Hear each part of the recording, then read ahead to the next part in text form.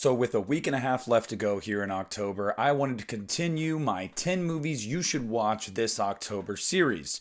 Volume 3 coming at you right now.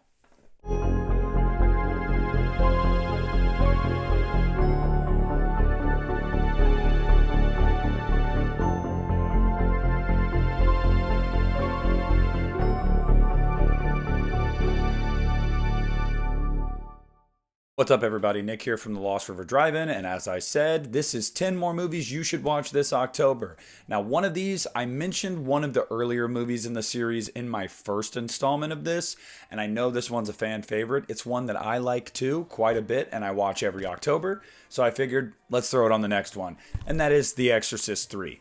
Look, William Peter Blatty's Exorcist III is way better than it has any business being. I know there are fans of The Heretic, and I respect it. I really do, because there are movies that most people think are trash that I like. But I've never been able to get into The Heretic, ever. Like, I just despise the movie. I think it's super boring. So, coming back with a sequel, another Exorcist movie, does this even need to be a franchise? But then William Peter Blatty's writing and directing, and you're going, maybe. It's damn good. It's damn good.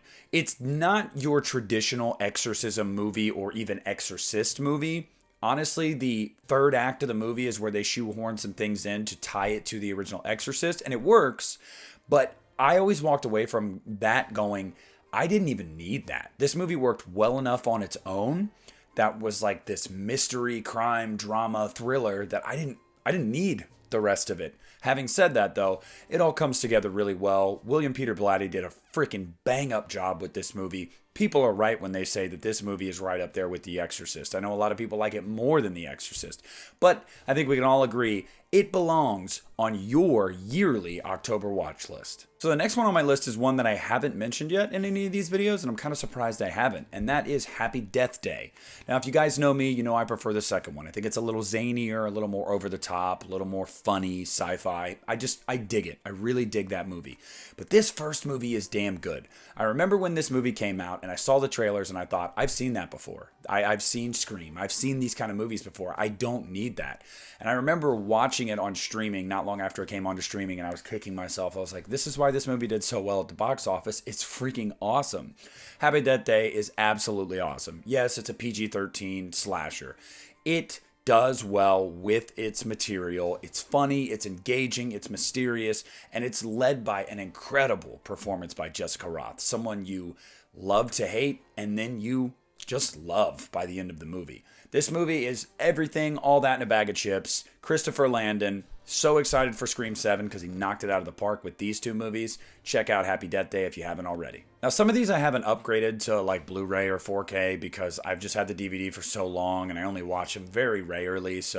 But this is one of them I probably do need to upgrade if there is an upgrade available. I've actually never even looked. And that is Halloween Town and Halloween Town 2. These are two movies that I love. I loved them from my childhood. It's like Hocus Pocus, where you go back and you watch these movies as an adult and you're like, wow, these are really corny and cheesy. But nostalgia, it's a hell of a drug. And it's that way with these two movies. Look, I don't really care for the third one. It's okay, it's passable. The fourth one, we don't talk about that abomination. But these first two movies are just like so ingrained in my DNA from my childhood. I have to watch them every year, and I have to show them to my son and hope that he ends up liking them because it's just a yearly watch for me. I think that they capture the fall atmosphere, the Halloween aesthetic. I love Halloween Town itself. I think that this movie just bleeds atmosphere and just October, and I just dig that so much. So while corny and cheesy and definitely a staple of my childhood, I am unashamed to say I still watch these two movies every October, and you should too. All right, enough of that kiddie nonsense. Let's get back into the horror. The Innkeepers. Ty West, The Innkeepers is a movie that I don't hear a lot of people talk about. And I understand why, because I have talked to some people about this movie, and it's like their least favorite Ty West movie. They say it's really boring. It's just not worth the payoff at the end to get to it. Look, guys, the movie's only like an hour and a half long, And if you like a slow burn where you kind of get to know a couple characters, it's very small cast. It's just a couple characters. You really get to know them. You really get to see what makes them tick.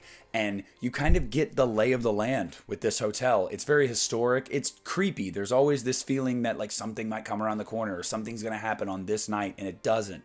But there's enough like intrigue and mystery here throughout the movie that when you do get to the climax of the movie, that is pretty balls to the wall, the final 10 minutes or so, which is a staple for Ty West. I love it. I remember watching this movie and that third act genuinely freaked me out. And I mean, it still does. It's nowhere near as effective, obviously, after you see it the first time. But I really dig The Innkeepers. It's a movie that I just don't hear enough people talk about. But it's a nice, self-contained, small cast, creepy little ghost story. So I think you guys should check it out. This is another one that I have not upgraded yet. And I have seen the Blu-ray so many times when I've been at FYE. And I just haven't bought it because it's like $30 at FYE. So I just need to buy it online. No excuse, though. But that is Pumpkinhead. Look, I've told this story on my channel before. Pumpkinhead, obviously, it's Pumpkinhead. Like, you have to watch this in October. It's Pumpkinhead. Like, come on, look at the title. It's Pumpkinhead. Does it really have all that much to do with Halloween? No, but it's Pumpkinhead. This is a seminal classic for me. Watching it now as an adult, you definitely go like, oh, you know, some things about it haven't aged as well, but like, that's a lot of movies from our childhoods. Like, honestly, if we go back, like, not every movie when we were kids was directed by John Carpenter or, you know, William Friedkin. Like, it just doesn't happen. Pumpkinhead is great for what it is. It really, really is. It is creepy. It's got great creature effects. It's got some really cool kills. And I really like the lore and the mystery and mystique of this movie. It's one that I have to watch every year. And I will say, I've told this story on my channel before, but anybody that may not know this, I was actually called Pumpkinhead by my mom for like my entire childhood, because before I sprouted into a 6'4" gargantuan beanpole, I was short with a big head. So I was Pumpkinhead because my head was not proportionate to my body. So yeah, anyway, Pumpkinhead, watch it. Next up is one that I got scared out of my pants the first time I watched this when I was younger, and that is The Ring. My mom rented this movie when we were kids, and it was going to be like a, family movie night thing. Let's watch this spooky movie. And I was like 10 years old. This movie scared the crap out of me. The absolute crap out of me. I've told this story before. I didn't look at Samara's face in the end of the movie when she like looks up before she kills Naomi Watts' boyfriend or whatever. I didn't watch that scene of her hair parting and seeing her face until I was in my 20s, because it was like burned in my mind from my childhood. Don't look, you're about to see her face, don't look. It's like something you're not going to be able to unsee. So I had like convinced myself to not watch that moment in the movie. And when I first finally did, I think I was like 22, I was like, that's creepy, but man, I made that out to be more than it was when I was a kid. Aside from all of that, the imagery in this movie is super disturbing. Just the concept, you know, the conceit of this movie of like, you just watch this random ass collection of images and then you get a call, and no matter what, you cannot avoid that you're going to die by this shit coming out of a well and coming through your TV in 7 days. Oh, and when you die, your face is going to look like this. Yeah. Pretty messed up. The Ring is not a movie that I think small children should watch, because I think it's going to scar them like it did me. But now as an adult, I can really appreciate this movie, and I'm not scared of it anymore. And I think you guys should watch this every October and watch every scene, unlike me. Next up is also going to be another seminal classic, and that is the Amityville Horror. Now, I have had the debate before of the remake or the original. I think I prefer the remake. I really, really do. But something about the original, you know, seeing it first, seeing it when I was a kid and having it freak me out, and just the lore behind the house itself and the story there of the DeFeo family murders, I just always go back to watching the original around this time of year.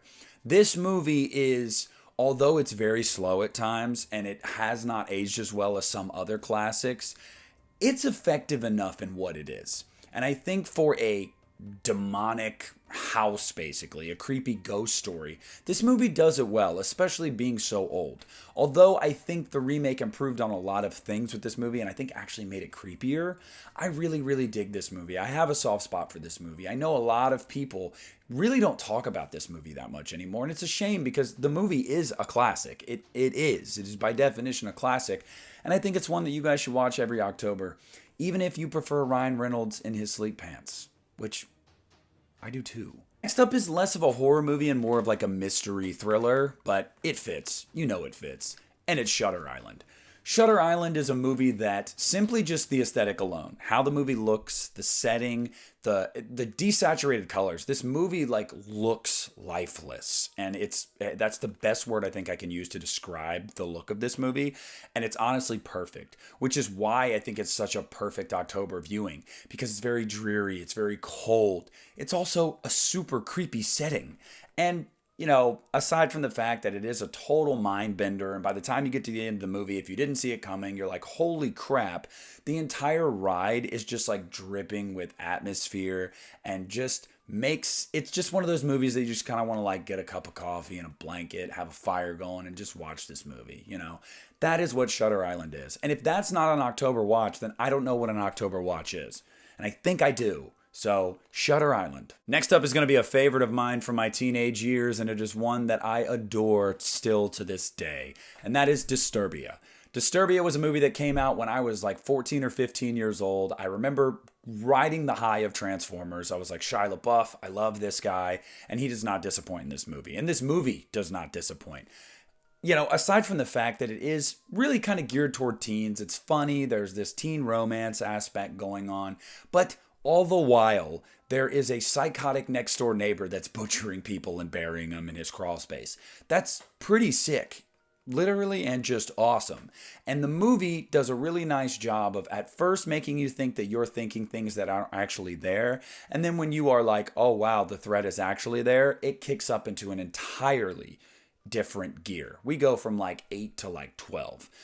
6 to midnight, as some may say. And that is me when I watch Disturbia. This movie is a really, really fun ride. It's got some nice twists and turns along the way. Really well acted, really well paced, and honestly just a movie that I think is great for like late summer, early fall watching. So check out Disturbia this October if you haven't already. And last, but certainly not least, and on brand with what I said I was going to end every one of these installments with, it's a Halloween movie, and that one is Halloween: The Curse of Michael Myers, or as a lot of us like to call it, Halloween 6.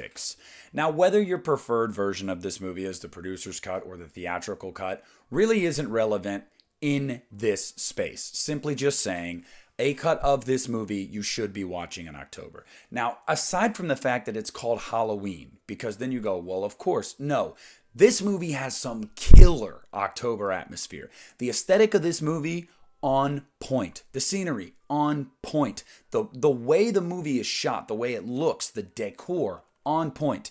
This movie drips in Halloween aesthetic, like movies like Trick or Treat do, where it's synonymous with the holiday.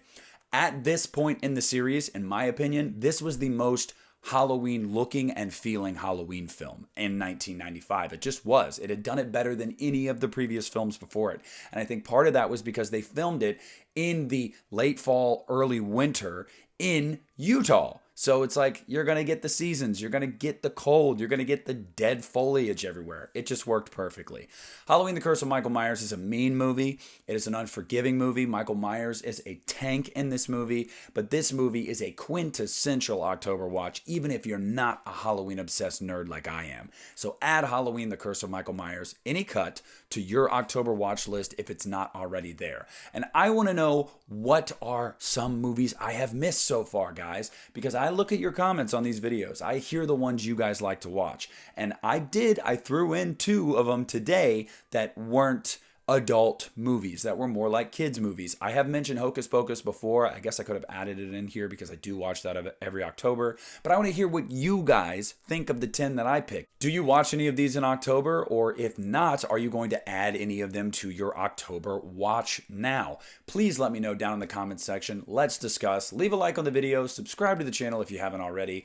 This is Nick at the Lost River Drive-In, and I am pulling out.